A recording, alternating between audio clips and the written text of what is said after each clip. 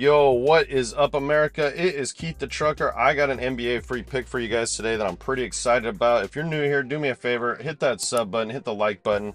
I do videos like these every day, or at least I try to, guys. I'm a busy guy, but hopefully eventually I can just start doing this full time, and then we'll really start cranking out the money. So definitely hit that sub button if you're new here. I do have a free play for you guys today. It's actually going to be on Underdog because I was surprised that I got the lines over there that I did. And anytime you can get, two specific props for 3x, you should always strive to do it on PrizePicks or on Underdog.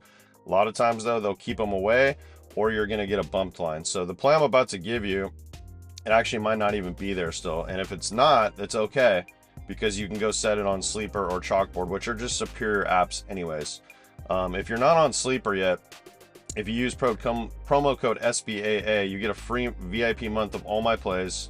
They'll give you a $100 deposit match, and you're going to get an invite to the VIP chat, which is going to actually be on Chalkboard. It's like built into it. It's actually pretty cool. So that's open to anybody. You don't have to be on my VIP picks to get into this chat. All you got to do is use promo code SBAA on Sleeper or on Chalkboard, guys. And then you can either DM me on Instagram, or you can email me right here and just show me that you use that code, and I'll get you hooked up. Okay. The reason, if you can't find it on Underdog, which I'm about to show you, do it on Sleeper, because they'll give you one of these free squares, or I think they might even give you both of them. I'm not sure. Maybe one of you guys will let me know if you sign up in the comments. But you get to tack this on to the play, and you're getting an even bigger multiplier. It's really cool. It's for new users only, though. So let's get into that play. I only have, so if you guys follow me on my MLB videos, what I've basically started doing is I'm doing one DFS play like this a day. Sometimes it'll be a 2-man, sometimes it'll be a 3-man. If I feel really good about something, I'll give you guys a 5-man flex or something. And then I've also started doing a straight bet, usually attacking a line. I don't have an official bet for the NBA. Something I did notice, if you're on the sports books, it's definitely a lean, not something I'm going to make official though, but Caesars was the last book that was offering the over-under of this game, the finals game 1, at 214.5, and I definitely would like the over there. A lot of the books have bumped it already to 215.5, some are even at 216.5, so a lot of money's coming in on the over. I think it makes a lot of sense. So I definitely I would lean towards that. And like I said, Caesars, it was still negative 110 at 214. It was the only book I saw that still had that. Another lean I would have would probably be Celtics covering the 6.5.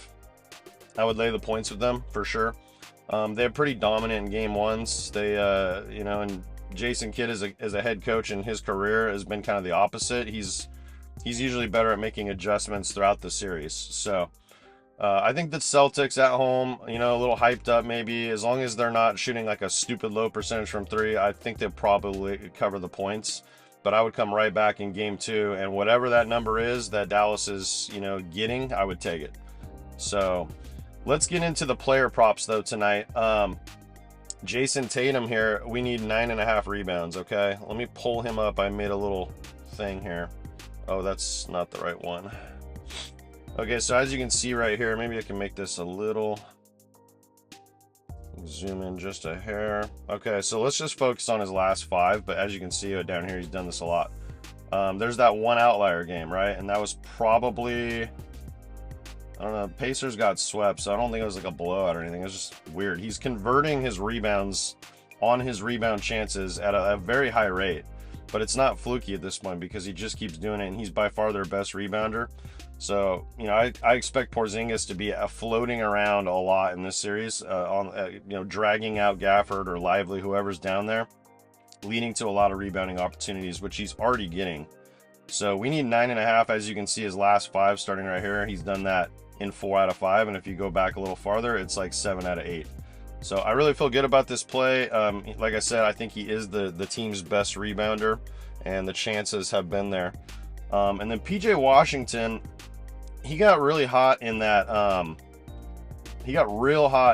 series against I think it was Oklahoma City.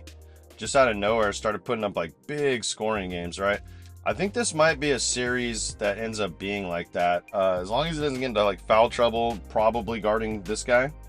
I just feel good that he's going to have some open looks.